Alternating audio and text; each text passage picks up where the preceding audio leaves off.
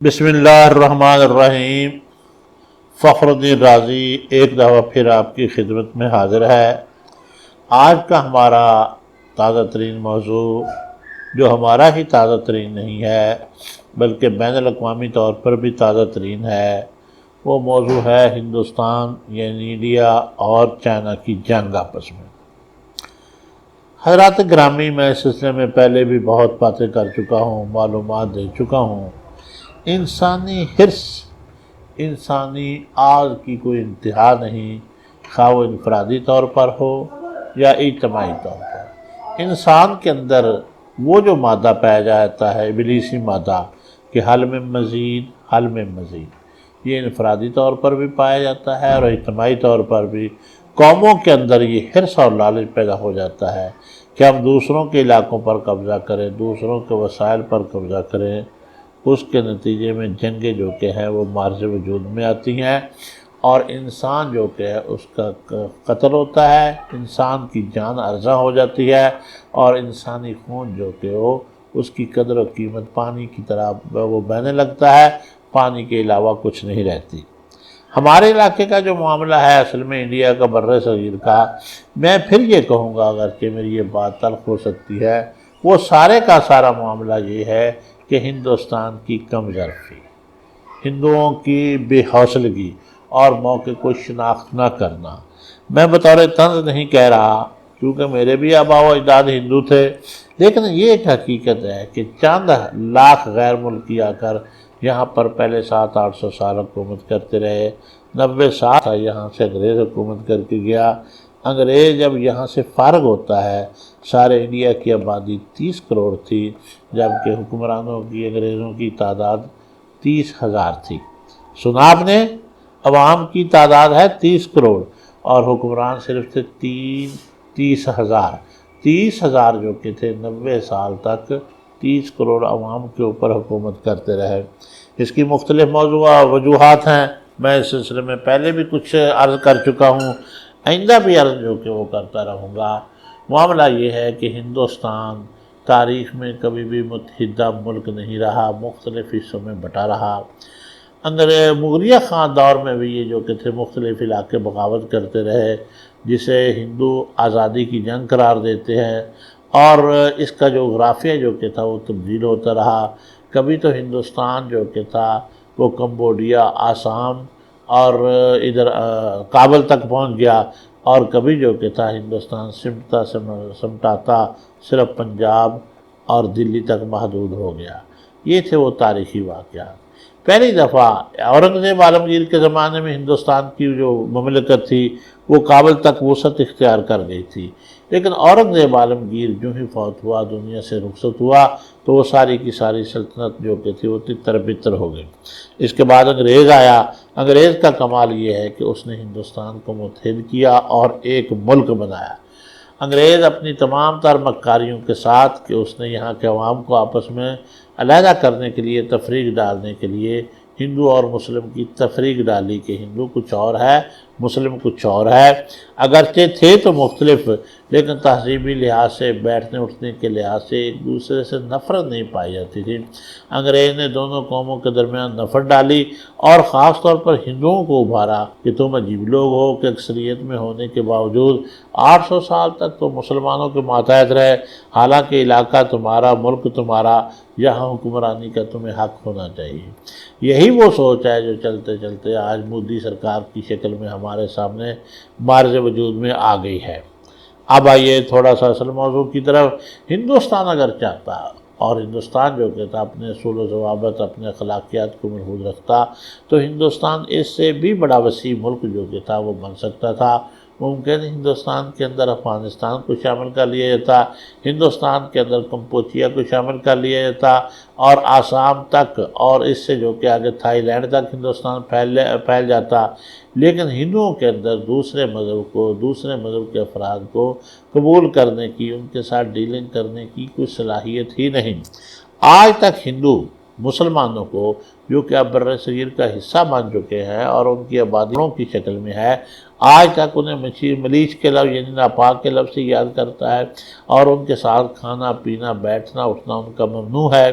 ہمارے پاکستان بننے سے تو کچھ یہاں پر آزادی حاصل ہو گئی، ذات پات کا سسٹم کمزور پڑ گیا ہے، اب لوگ جو کہ ایک دوسرے کے ساتھ رشتہ داریاں بھی کرنے لگ گئے ہیں۔ لیکن ہندوستان میں جہاں ہندوؤں مسلمانوں سے نفرت پائی جاتی ہے، وہاں ہندوؤں کی بھی آپس میں مختلف گروہوں کی نفرت پائی جاتی ہے۔ یہ جذبہ کہ ہم ہندو ہیں، ہم ہندوستان کے مالک ہیں، ہمیں بھی دنیا پر حکمرانی کا حق حاصل ہے، یا ہم دنیا کی عظیم قوم ہے اور حکمراں جو کہ ہے دنیا کو ہمیں بھی سنبھالنا ہے، یہی جذبہ 1947 سے کام کر رہا ہے، اور ہندو اس پر مسلسل کام کیے جا رہا ہے۔ اب میں موضوع کی طرف تھوڑا سا آتا ہوں، بعد میں لداخ کی طرف چلیں گے۔ تبت جو کہ انڈیا اور چائنا سے معذرت انڈیا اور چائنا کے درمیان بین پہاڑ کے اوپر مشترکہ سا ایک علاقہ ہے، جس کے بارے میں چائنا یہ دعوے دار ہے کہ یہ ہمارا علاقہ ہے، جبکہ ہندوستان کہتا ہے کہ یہ میرا علاقہ ہے۔ وہاں لوگوں کی زبان جو کہ ہے وہ ہندوستان سے الگ ہے، وہاں ہندی زبان نہیں بولی جاتی۔ شکل کے لحاظ سے، نسل کے لحاظ سے وہ لوگ چائنا کے قریب تر پڑتے ہیں، اور جو کہ ان کا ایک مذہبی رہنما ہے دلائی لاما۔ تو چائنا نے جو کہ تھا تبت کے کچھ علاقے پر قبضہ کیا، تو دلائی لاما جو کہ تھا وہ بھاگ کر انڈیا آ گیا، یہاں اسے دفتر مہیا کیا گیا۔ اس نے بین الاقوامی طور پر تبت کی آزادی کی تحریک چلائی، اور اس سلسلے میں ہندوستان نے اس کا بھرپور ساتھ دیا، اسے بھرپور طریقے پر سپورٹ کیا، لیکن اس کی ساری محنت جدوجہد آج تک کسی کام نہیں آ سکی، اور دلائی لاما جو کہ ہے وہ بیچارہ اس کی کوئی آواز سننے کے لیے تیار نہیں۔ اسی دلائی لاما کے سلسلے میں جو کہ تھا ہندوستان یا ہندو بہت بڑی غلط فہمی کا شکار ہو گیا کہ چائنا جو کہ ہے اس کی نئی حکومت کل بن رہی ہے، تھوڑے دن ہوئے بنی ہے، اور ہم سے 2 سال بعد جو کہ وہ مارج وجود میں موجودہ شکل میں آیا ہے، تو کیوں نہ چائنا کی اس کمزوری سے فائدہ اٹھایا جائے۔ چنانچہ تبت کے مسئلے کے اوپر 1962 میں چائنا کے درمیان اور ہندوستان کے درمیان ایک بھرپور جنگ ہوئی، جس میں نہرو کہنے لگا کہ ہندوستانی فوجوں کو، ہندوستانی بہادروں کو چاہیے کہ وہ چینی چوہوں کو یہاں سے بھگا دے، لیکن وہ چینی چوہے جو کہ تھے وہ ہندوستان کی بوری کو کتر گئے، اور آج تک 1962 کی جنگ کے دوران چائنا نے جس علاقے پر قبضہ کیا ہے ہندوستان کا، اسے آج تک نہیں چھوڑا، وہ بدستور جو کہ چائنا کے قبضے میں ہے۔ یہ تھا ایک بنیادی طور پر متنازع علاقہ۔ اب جب چائنا نے محسوس کیا کہ انڈیا تو میرے سر آ رہا ہے اور میں چلا جا رہا ہے، اس نے محسوس کیا کہ مجھے پیش قدمی کرنی چاہیے، تھوڑا سا آگے بڑھنا چاہیے۔ جس طرح ہندوستان تبت کے علاقے کا دعوے دار ہے، مجھے بھی کسی علاقے پر دعویٰ کر دینا چاہیے۔ چنانچہ جو کہ تھا اس نے یہ دعویٰ کر دیا کہ جناب سکم ایک چھوٹی سی ریاست ہوا کرتی تھی، آپ سمجھیں کہ چھوٹا سا صوبہ تھا، وہ بیچارہ علیحدہ ملک کے طور پر تو کافی عرصہ چلا، لیکن اس کے وسائل نے اجازت نہ دی، اور اس نے انڈیا سے درخواست کی کہ مجھے اپنا صوبہ بنا جائے۔ چنانچہ سکم کو جو کہ تھا انڈیا کے صوبے کے طور پر تسلیم کر لیا گیا۔ اس طرح دوسری طرف جو کہ تھا وہ تبت کے بعد آتا تھا لداخ۔ اب جو کہ تھا چائنا نے یہ سوچا کہ اس طرف سے ہمیں لداخ کے اوپر، لداخ کی نسل بھی مشترکہ سی نسل ہے، وہ نہ واضح طور پر ہندوستانی ہے اور نہ ہی واضح طور پر وہ چائنا کے لوگ ہیں۔ اس کے علاوہ چونکہ ہمارا اختلاف انڈیا کے ساتھ پاکستان کا شروع دن سے چلا آ رہا ہے، چائنا کے ذہن میں یہ ضرور ہے کہ یہاں پر مجھے ایک اپنا ہندوستان کے ساتھ اختلاف رکھنے والا ساتھی مل جائے گا، اور جو کہ ہے مجھے یا ہندوستان کو یہاں یک طرفہ کارروائی کرنے کا موقع نہیں ملے گا۔ پہلی بات تو یہ کہ چائنا بذات خود اتنا طاقتور ہے کہ اسے کسی کی مدد کی ضرورت نہیں، بالفرض محال اگر مدد کی اخلاق کی ضرورت پڑتی ہے تو چونکہ پاکستان کشمیر کا دعوے دار ہے، لہذا چائنا یہ کہہ سکتا ہے کہ یہ متنازع علاقہ ہے، اور متنازع علاقہ تو ہے کہ اقوام متحدہ میں خود ہندوستان میں اس کو متنازع تسلیم کیا ہوا ہے۔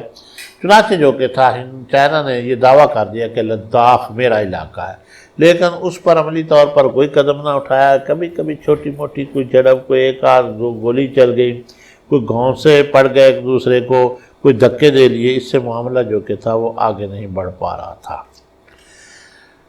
ہندوستان اور پاکستان کے درمیان سب سے بڑا جو متنازع مسئلہ ہے وہ کشمیر کا مسئلہ ہے۔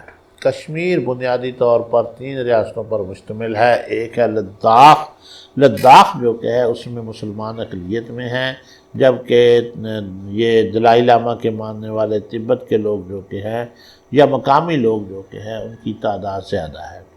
دوسرا کشمیر کا علاقہ ہے جموں، یہ بالکل جو کہ ہے پاکستان کے قریب پڑتا ہے، اور جموں کی جو زبان ہے مقامی طور پر وہ بھی پنجابی سے ملتی جلتی ہے۔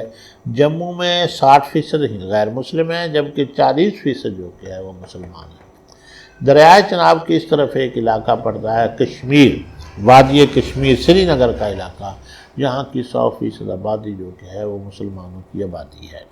لہٰذا چونکہ کشمیر ایک یونٹ رہا ہے، ایک حصہ رہا ہے، کشمیریوں نے فیصلہ کیا کہ خواہ ہم ہندو ہیں خواہ مسلمان ہیں، ہمیں مل کر اپنی جدوجہد کرنی ہوگی اور کشمیر کی آزادی جو کہ ہے اس کے لیے جدوجہد کرنی ہوگی، کشمیر کو ایک آزاد ملک بنانا ہوگا۔ لیکن ان کے آپس میں بھی اختلافات ہوتے گئے، اور ہندو جو کہ وہ کسی طور بھی نہیں چاہتا، کسی طرح بھی نہیں چاہتا کہ ہم ہندوستان سے الگ ہوں۔ چنانچہ جو کہ تھا یہ اس میں کشمیر جو کہ چونکہ یہاں پر جو کہ تھی اکثریت مسلمانوں کی تھی، لہذا جو کہ تھا یہاں پر آزادی کی تحریک چلی، اور وہ پہلے تو آزادی یہ تھی کہ کشمیر کو آزاد کیا جائے۔ کیونکہ پاکستان نے اس معاملے کو سپورٹ کیا، لہذا کشمیر میں ایک ایسا طبقہ پیدا ہو گیا جو کہ واضح طور پر پاکستان کا حامی تھا اور کہتا تھا کہ ہمیں پاکستان کے ساتھ مل جانا چاہیے۔ جغرافیائی لحاظ سے بھی، آب و ہوا کے لحاظ سے، زبان کے لحاظ سے، مذہب کے لحاظ سے، نسل کے لحاظ سے کشمیر پاکستان کا حصہ بنتا ہے۔ اور جو کہ ہے اس سلسلے میں جب جھگڑا ہوا، تنازع، تو ہندوستان ہی اقوام متحدہ میں یہ معاملہ لیے جھگڑا لے کر گیا تھا، اور ہندوستان نے دنیا کی بین الاقوامی قوموں سے یہ وعدہ کیا ہوا ہے کہ میں اس علاقے میں ریفرینڈم کرواؤں گا، ریفرینڈم میں جو کشمیری فیصلہ کریں گے وہ میرے لیے قابل قبول ہوگا۔ لیکن وہ کہتا نا تیرے وعدوں پہ کہاں تک میرا دل فریب کھائے، کوئی ایسا کر بہانہ میری آس ٹوٹ جائے، کھلے گلشن وفا میں گل نامراد ایسے، نہ بہار ہی نے پوچھا نہ خزاں کے کام آئے۔ ہندوستان جو کہ اس معاملے کو، ریفرینڈم کے معاملے کو اب تک ٹالتا آیا ہے۔ اس دوران اس نے کشمیریوں کو بہلانے کے لیے، کشمیریوں کو جو کہ تھا وہ اپنے قابو میں رکھنے کے لیے کشمیر کے متعلق کچھ فیصلے کیے۔ اس میں یہ تھا کہ کشمیر کو آزاد ریاست قرار دیا گیا، صرف جو کہ تھا 2-4 فیصلوں کے مطابق، یعنی دفاع، وفاق، سکہ، جھنڈا، اس کے مطابق یہ ہندوستان کا حصہ ہوگا، قانونی طور پر یہ خود مختار ہوگا۔ ایک سب سے بڑا قانون یہ تھا کہ ایسا قانون انڈیا کی اسمبلی یا حکومت پاس کرے گی، جب تک اسے کشمیر کی اسمبلی جو کہ ہے وہ پاس نہیں کرتی اس وقت وہ کشمیر پر لاگو نہیں ہوگا۔ یہ تھے انہیں حقوق حاصل، لیکن جو کہ تھا پاکستان کا دباؤ پڑتا رہا کہ آپ ریفرینڈم کروائیں، لیکن انڈیا طاقت کے بل بوتے پر، اپنے جو کہ تھا بڑے ہونے کا بل بوتے پر، اور طاقت نے ہندوستان کو اندھا کیا ہوا ہے، وہ اپنے تمام وعدوں سے منحرف ہوتا رہا۔ اس کو مختلف بہانے ملتے رہے کہ یہ پاکستان دہشت گردی کروا رہا ہے، پاکستان کی طرف سے زیادتیاں ہو رہی ہیں، ہندوستان نے اپنے وعدے پورے نہ کیے۔ معاملہ چلتے چلتے یہاں تک آ پہنچا کہ اب یہ دباؤ ہو گیا تھا کہ کشمیر کے معاملے کو آخر فائنل ٹچ دیا جائے اور اسے ختم کیا جائے، اور بین الاقوامی طور پر اس کے مسئلے کا وجود جو ہے وہ مٹا دیا جائے۔ تو یہی کوششیں جو کہ تھی وہ چلتی رہیں۔ آخر کار اب حالیہ میں انڈیا نے جو کہ کشمیر کو 2 حصوں میں تقسیم کر دیا۔ ایک معاملہ ہے لداخ کا، وہ ایک علیحدہ صوبہ بن گیا انڈیا کا، اور دوسرا جموں کشمیر جو کہ تھا وہ اسے علیحدہ صوبہ بنا دیا گیا۔ میں سمجھتا ہوں کہ انڈیا کی یہ بہت بڑی حماقت اور بیوقوفی تھی۔ جب آپ نے لداخ کا صوبہ علیحدہ بنا دیا تو اس کا مطلب یہ کہ اس کو علیحدہ نسل کے طور پر، علیحدہ مقام کے طور پر تسلیم کر لیا۔ چائنا کا جو کہ مطالبہ صرف یہ ہے کہ لداخ میرا علاقہ ہے، وہ جموں اور کشمیر کا دعوے دار نہیں، تو گویا کہ آپ نے جموں اور کشمیر کے ایک ٹکڑے کو کاٹ کر جو کہ وہ چائنا کی پلیٹ میں رکھ دیا کہ لیجیے صاحب یہ تو ہوا آپ کا حصہ، لیکن ہم آپ کو اس طریقے پر حصہ نہیں دیں گے۔ چنانچہ جو کہ تھا جب چائنا نے یہ دیکھا کہ تمام ضابطوں کو، تمام قوانین کو توڑ کر ہندوستان جو کہ وہ جموں اور کشمیر میں گھسا چلا آ رہا ہے، اور اسے بین الاقوامی طور پر کوئی شرم نہیں ہے، کوئی وعدوں کا وفا نہیں کر رہا، وعدے پورے نہیں کر رہا۔ اس نے کہا چلو جی پھر ایسے ہی صحیح۔ چنانچہ اس نے بھی اپنا لاؤ لشکر اٹھایا اور لداخ کی طرف بڑھنا شروع کر دیا۔ آج وہ لداخ کے اندر صاحب کا جو کنٹرول لائن ہے اس سے تقریباً 16 کلومیٹر آگے بڑھ چکا ہے اور آگے بڑھتا چلا آ رہا ہے۔ گویا کہ انڈیا کو قدرت کی طرف سے یوں سزا مل رہی ہے کہ تم نے لوگوں کے، غیروں کے علاقوں پر قبضہ کیا اور غیروں نے تمہارے علاقے پر قبضہ کر لیا۔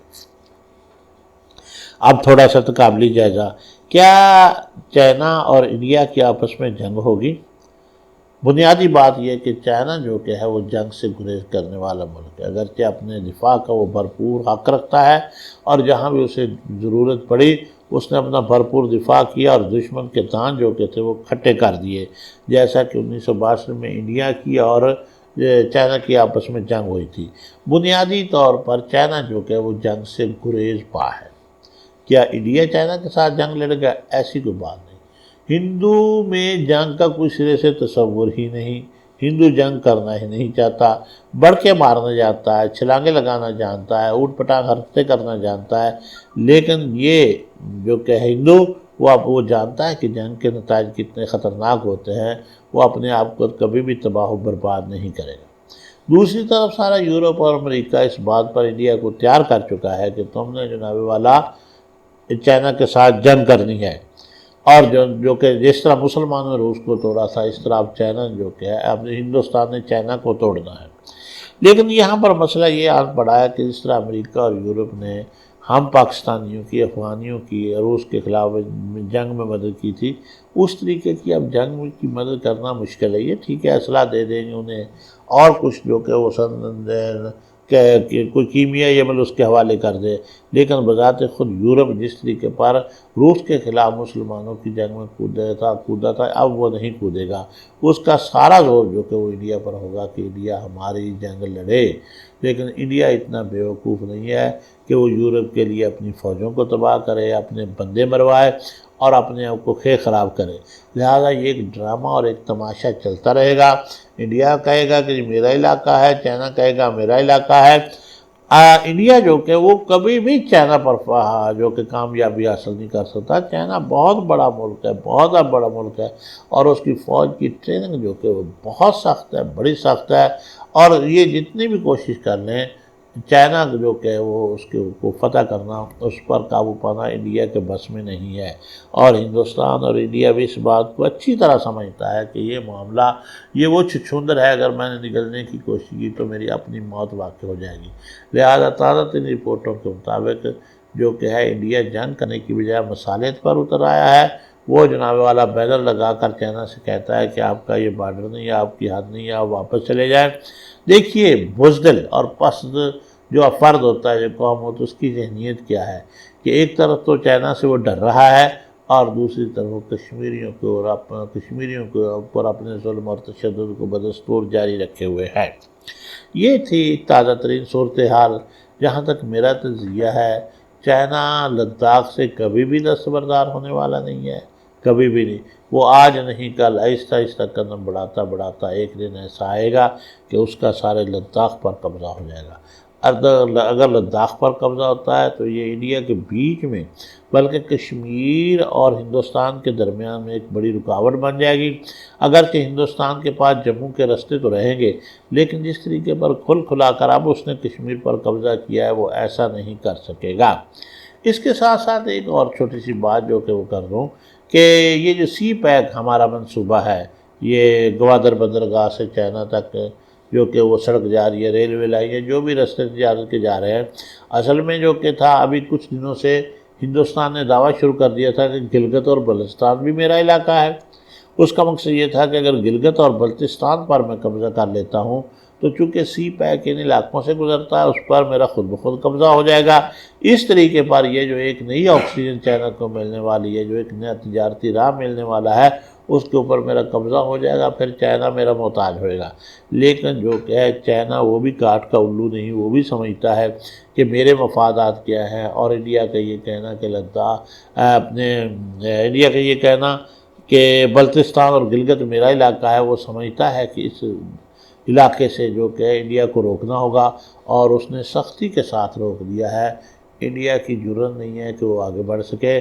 اس جنگ کا نتیجہ یہ ہوگا کہ یہ جنگ ہوگی ہی نہیں، اور چائنا جتنے علاقے پر قبضہ کرنا چاہے گا وہ کر لے گا، لیکن اس کے ساتھ ساتھ اپنے وقار کو، اپنے طور کو برقرار رکھنے کے لیے انڈیا جو کہ ہے وہ مسلمانوں کو دبائے گا، بنگلہ دیش کو دبائے گا، پاکستان پر اپنا دباؤ جو کہ وہ بدستور جاری رکھے گا۔ اب اس کے بعد جو کہ ہے سوال یہ پیدا ہوتا ہے کہ ہم پاکستانیوں کو کیا کرنا چاہیے۔ یہاں پر ہمارے ایک ہے کہ چونکہ اس نے چائنا نے قبضہ کیا ہوا ہے لداخ کے اوپر، اب چائنا کی اور اس کی جنگ ہونے والی ہے، لہٰذا ہم پاکستانیوں کو اس سے فوراً فائدہ اٹھانا چاہیے، اور اس بہتی گنگا سے ہمیں بھی ہاتھ دھو لینے چاہیے، یعنی کہ ہمیں کشمیر پر قبضہ کر لینا چاہیے۔ جیسا کہ پہلے یہ کہا گیا کہ 1962 میں وہ جو کہ تھا چائنا نے آفر کی پاکستان کو کہ ساری انڈیا کی فوج ہماری طرف لگی ہوئی ہے، آپ چائنا پر قبضہ کر لیں، اور پاکستان کی قیادت نے امریکہ سے رابطہ کیا، امریکہ نے کہا کہ ہم آپ کو قانونی طور پر لے کر کشمیر دیں گے، لیکن وہ تیرے وعدوں پہ کہاں تک میرا دل فریب کھائے، یہ دوبارہ میں بول رہا ہوں، ایسا ممکن نہ ہو سکا کہ کشمیر ہمیں مل سکتا۔ اب ایک نظریہ یہ کہ ہمیں بھی اس دوزخ کی آگ میں کود پڑنا چاہیے، لیکن معاملہ یہ ہے کہ ہمیں اگر ہر دفعہ ہم عقل سے کام نہیں لے سکے تو اس دفعہ ہمیں ضرور عقل سے کام لینا چاہیے، تھوڑا سا صبر و تحمل اور برداشت کرنا چاہیے، ہمیں تماشائی بن کر انڈیا اور چائنا کا تماشا دیکھنا چاہیے، اور میں سمجھتا ہوں کہ انڈیا نے جتنا عروج حاصل کرنا تھا وہ کر لیا، اب اس کا زوال کے دن شروع ہو چکے ہیں، اب اس کا بیگ گر لگ گیا ہے، اور یہ ہندو توا جو کہ اس کے اوپر قوم کٹھی ہوئی ہے، جو ہی ہندو توا ٹوٹتا ہے کیونکہ اس کا ریئیکشن بھی ہو رہا ہے، سکھ بھی خلاف ہے، دوسری اقلیتیں یہ سمجھتی ہیں کہ اگر ہندو اسی طرح بڑھتا چلا گیا تو ہندوستان میں ہمارا رہنا محال ہو جائے گا، اور حالیہ ایک لہر آئی ہوئی ہے مسلمانوں کے اوپر تشدد کی، قتل و غارت کی، یہ منظر جو کہ وہ سب کے سامنے، میں سمجھتا ہوں کہ یہ مودی کی جو پرواز ہے، جو ہی اس کا ایک پر ٹوٹے گا تو یہ پرواز ختم ہو جائے گی، مودی صاحب دھڑام سے زمین پر گریں گے، اور پھر وہ وقت آئے گا جب کہ ہندوستان جو کہ اس کے ٹکڑے ہونے شروع ہو جائیں گے، اس کے مختلف حصے جو کہ بکھر جائیں گے، بجائے جذباتی ہونے کے، غصے ہونے کے، بڑکے مارنے کے، نعرے مارنے کے، ہمیں خاموشی کے ساتھ اس منظر کا تماشائی بن کر رہنا چاہیے۔ جب یہ گراں قدر درخت گرے گا تو اس درخت کے گرنے کی کچھ شاخیں، کچھ پھل، کچھ پتے ہمارے بھی آ کر گریں گے اور ہمیں بھی مل جائیں گے۔ مستقبل کا تماشا دیکھیے، خاموش رہیے، ہم نے پہلے ہی اپنے آپ کو بہت برباد کر لیا، غیروں کی آگ میں اپنے آپ کو جھونک کر بہت برباد کر لیا، مزید ہمارے پاس تباہی و بربادی کے کوئی چانس نہیں، کوئی گنجائش نہیں، کیونکہ اگر خدا نخواستہ انڈیا کامیاب ہوتا ہے اس کا اگلا ٹارگٹ ہم ہوں گے۔ ٹارگٹ یہ ہوگا کہ یا تو آپ مسلمان اسلام کو چھوڑ دیں، یا پھر جو کہ اپنے آپ کو موت کے حوالے کر دیں۔ میرے خیال میں میری ان باتوں سے آپ کو پتہ چل گیا ہوگا، حقائق آپ کے سامنے ہوں گے۔ آخر میں ایک چھوٹی سی ریکویسٹ، وہ بھئی لازمی آپ سمجھتے ہوں گے شاید ان کے کوئی ذاتی مفادات ہیں، ذاتی مفادات کی بھی ہو سکتا ہے بات ہو، لیکن مہربانی کیجیے ہمارا یہ چینل جو کہ سبسکرائب کر دیجیے۔ خاص طور پر میرے جو دوست ہیں تعلق والے، ان کو میں بار بار تاکید کر رہا ہوں، اور ہماری اس باتوں کو سنی۔ اس کے علاوہ میری ایک اور بھی خواہش ہے کہ چونکہ میں کو پرماننٹ جو کہ تھا وہ اناؤنسر نہیں رہا، پرماننٹ مستقل مبصر نہیں رہا، آپ پلیز کمنٹس کیجیے، اور میری خامیاں وہ میری ادائیگی کے حوالے سے، میری آواز کے حوالے سے، میرے جو کہ مفہوم کے حوالے سے اگر آپ کو کوئی خامی نظر آتی ہو تو ضرور بتائیے۔ انسان غلطیوں کا مرکب ہے، یہ ضروری نہیں کہ انسان بڑی عمر کو پہنچ جائے وہ مکمل ہو جاتا ہے، ہر وقت ہر موڑ کے اوپر انسان کی غلطی کے چانسز ہوتے ہیں۔ آپ کی میرے ساتھ بہت بڑی نیکی ہوگی اگر آپ میری اس ویڈیو میں کوئی خامی جو کہ وہ لکھ کر بھیجیں، تاکہ آئندہ جو کہ ہے آپ کو ویڈیو ملے وہ خامیوں سے پاک صاف ہو۔ اللہ تعالیٰ آپ کا حامی و مددگار ہو۔ آخر میں پھر ایک دفعہ ریکویسٹ ہے کہ لائک بھی کیجئے اور سبسکرائب بھی کیجئے۔ السلام علیکم ورحمۃ اللہ وبرکاتہ۔